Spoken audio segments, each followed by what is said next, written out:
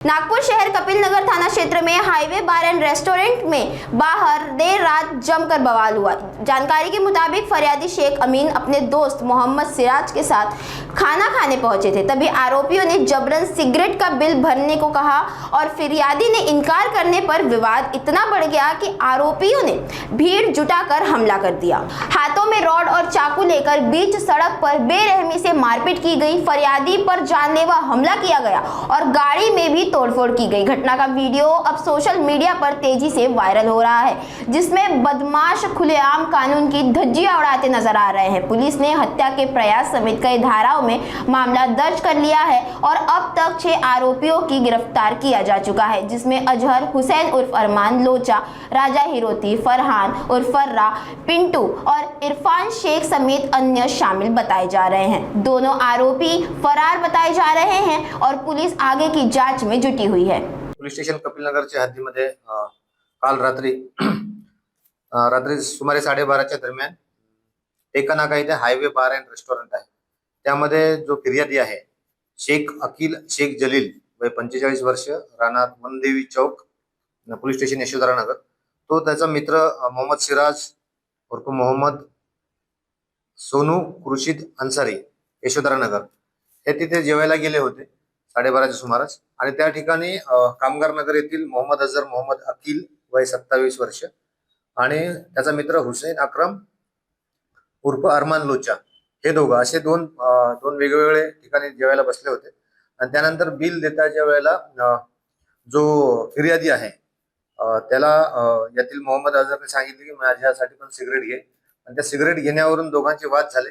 दोघांचे वादाचे रूपांतर मोठ्या वादामध्ये रूपांतर झाले आणि एकमेकांसोबत हाताबुक्कीने सुरू झाल्यानंतर जे कामगार नगर मधले जे आरोपी होते मोहम्मद अजहर यांनी त्याचे मित्रांना तिथे बोलवलं आणि त्याचे 6 मित्र 3 मोटरसायकलवरचे 6 मित्र तिथे आले आणि या दोघांना बेदम मारहाण केली आहे।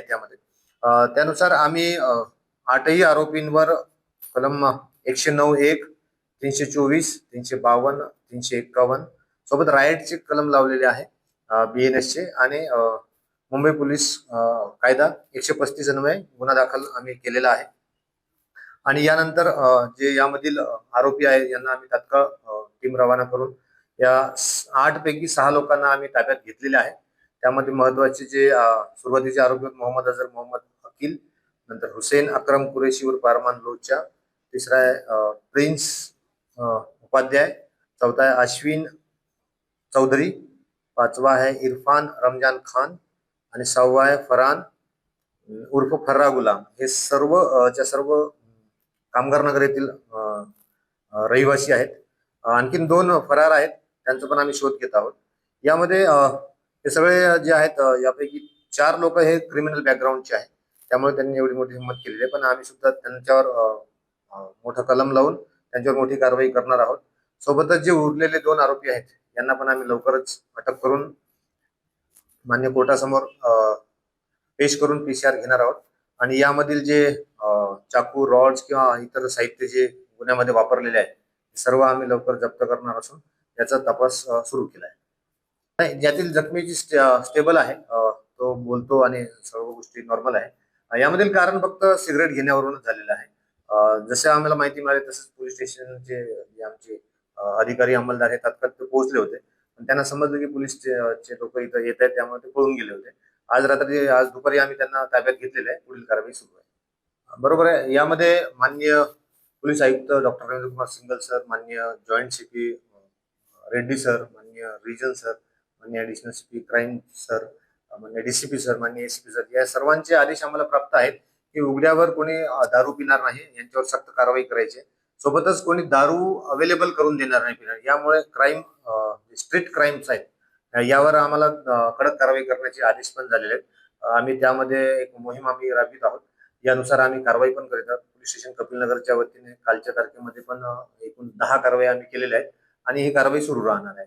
नागरिकांना हे आवाहन करू इच्छितो की आपल्या असे कुठे निदर्शनास आले की ठराविक ठिकाणी दारू विक्री केली जाते किंवा ठराविक ठिकाणी दारू पिण्यासाठी सुविधा उपलब्ध केल्या जाते, तात्काळ आम्हाला कळवावे, अन्यथा अथवा 112 वर कॉल करावे, आम्ही तात्काळ कारवाई करू।